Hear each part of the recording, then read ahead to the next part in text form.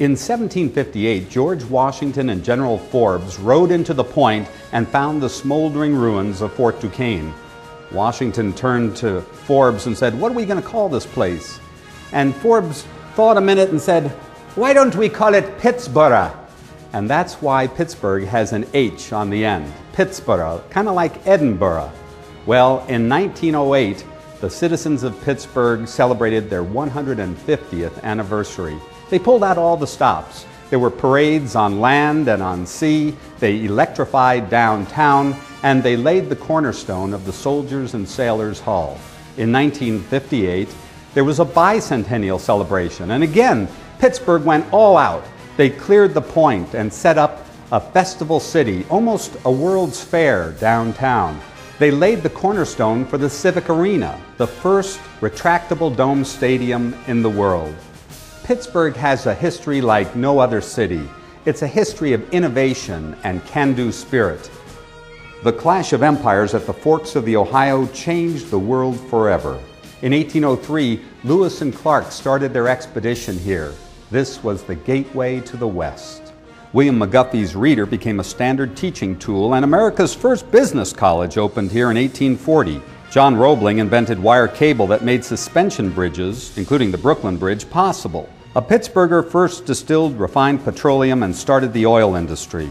During the Civil War, the Fort Pitt Foundry cast the world's biggest cannon and constructed the first ironclad warships. John Arbuckle packaged the first ground coffee. Trains safely stopped using Westinghouse air brakes, and Westinghouse employees were the first to get time off on Saturday, only a half day.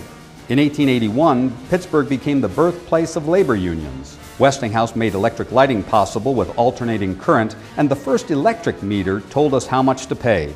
In the Strip District, Alcoa started making aluminum. Andrew Carnegie built his first library in Braddock, and professional football in America was born on the North Side. Pudge Heffelfinger was the first paid player in 1892. George Ferris built a gigantic revolving wheel for Chicago's 1893 Columbian Exposition in an attempt to eclipse the Eiffel Tower. Heinz pioneered the marketing of ketchup and other packaged foods. The Pittsburgh Pirates hosted the first World Series in 1903. A Pittsburgher invented the banana split, built the first movie theater, and the first gas station. University of Pittsburgh football players were the first to attach numbers to their jerseys. In 1909, Forbes Field became the first steel and concrete stadium in America. Pittsburgh's Nellie Bly became the first female war correspondent. Pittsburgh saw the first road map for motorists and the first Fraternal Order of Police Lodge and the first ever bingo game.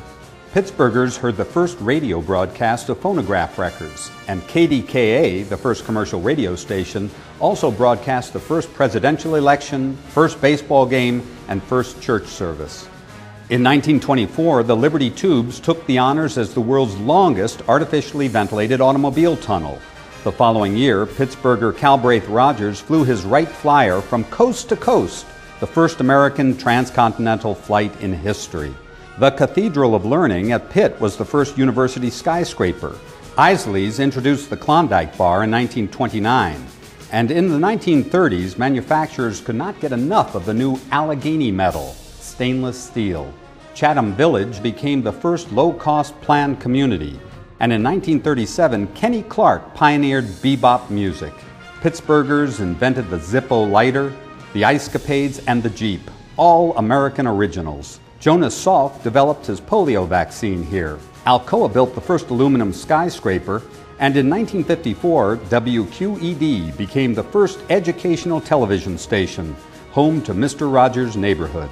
The first atomic submarine and the first atomic-powered electric plant powered up here just in time for Pittsburgh's bicentennial in 1958.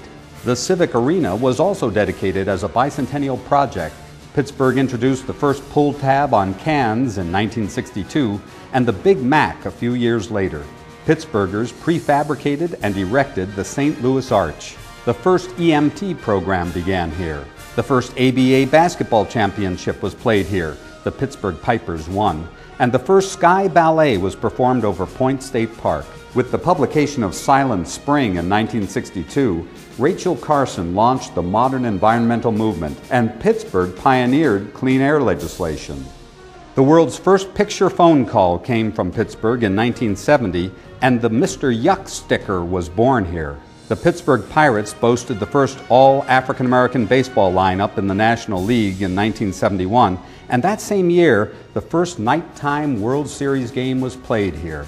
The Steelers became the first NFL team to win 4 Super Bowls. Carnegie Mellon University founded the first robotics institute in the world, and in 1980, the emoticon smiled across the internet. By the 1980s, UPMC doctors pioneered advances in defibrillation and organ transplantation, including the first simultaneous heart, liver, kidney transplant.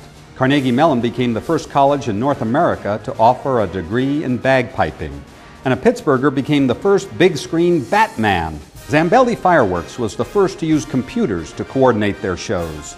In 1992, Pittsburgh christened Robot RX, the first automated prescription machine.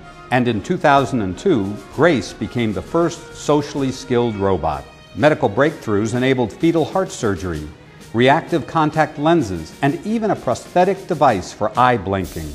Pittsburgh became the greenest city in America when the David L. Lawrence Convention Center came online as a LEED certified building. Iron City Beer introduced aluminum bottles, and Pittsburgh scientists laid the first nano carpet. In 2004, researchers used the first ever 3D protein patch to repair living tissue.